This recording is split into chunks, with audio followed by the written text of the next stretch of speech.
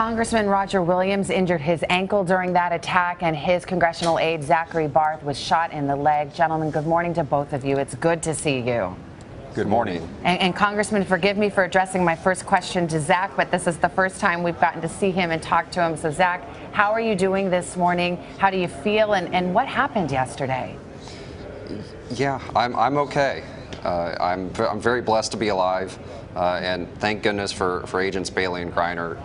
You know, as y'all said, without them, there would have been tremendous loss of life, and I probably wouldn't be talking to y'all. Zack, you were shot. You were out in the outfield. You managed, though, to get yourself into that dugout. What happened once you got into the dugout?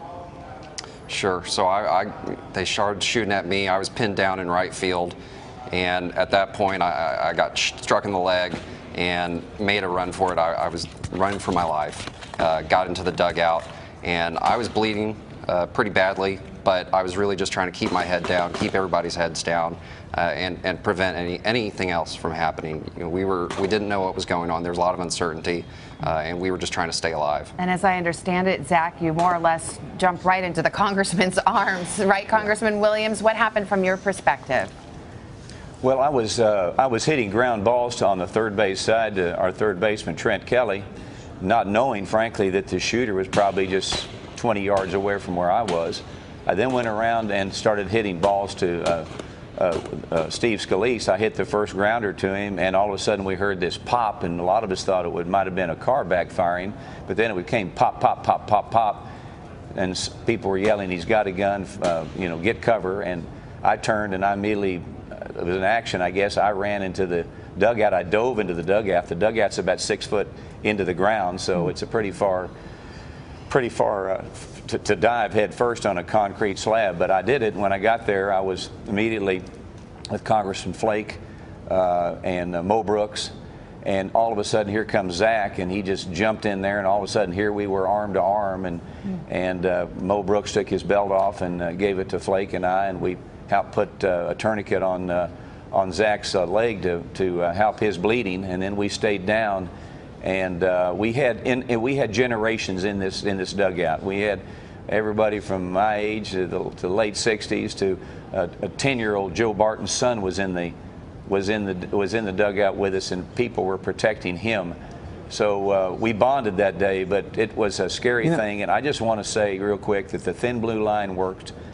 These two officers were fabulous. They saved all of our lives. There's no question that it would have been different if they hadn't been there, and we owe it all to them. Yeah, if you think about what would have happened had that gunman not been opposed by those two officers during those first 3 minutes before the Alexandria police got there. Another thing that struck me, I don't know if you saw that animation we had.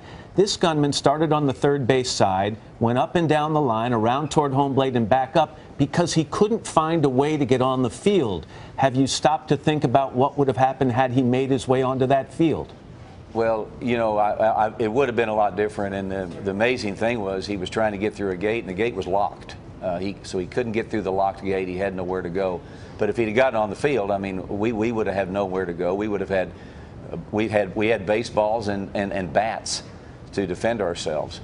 So the Lord worked the Lord worked yesterday. He saved us, and we're grateful for that, but also grateful again for these Capitol Police that saved all of us. Zack, I always wonder what it must be like to lay down your head on your pillow after a day like the one you had yesterday, and what thoughts go through your mind.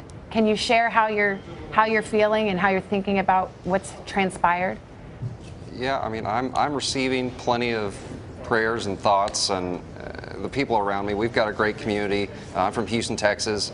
Plenty of people back home have reached out to me, and the people around here, you know, on both sides of the aisle, we've got a great community up here on Capitol Hill, and everybody's just lifting me up, and I couldn't be more blessed. Well, I have to say, it's going to be one of the most watched congressional softball games in history. Well, it's not softball. Baseball, excuse me, baseball, with good reason, and I know your thoughts and prayers go to everyone who's been impacted by this tragedy. Certainly has, and we do hope people come to the game tonight. I would hope that Nat Stadium could be full, 50,000 people. It goes to charity. It's the right thing to do. It's the right time to play this game. There were some people that thought maybe should we not play it. But as Speaker Ryan and I and Joe Barton and Mike Dole talked about, we need to play this game. It's baseball. It's America. And when America gets punched, America punches back, and we'll do that tonight. I hope it's a unifying Good for you. moment. Yeah, Congressman Roger Williams and Zack Barth, best wishes for both of your recoveries. Thank you. Thank you. Hello, Today fans. Thanks for checking out our YouTube channel. Subscribe by clicking that button down there and click on any of the videos over here to watch the latest interviews, show highlights, and digital exclusives.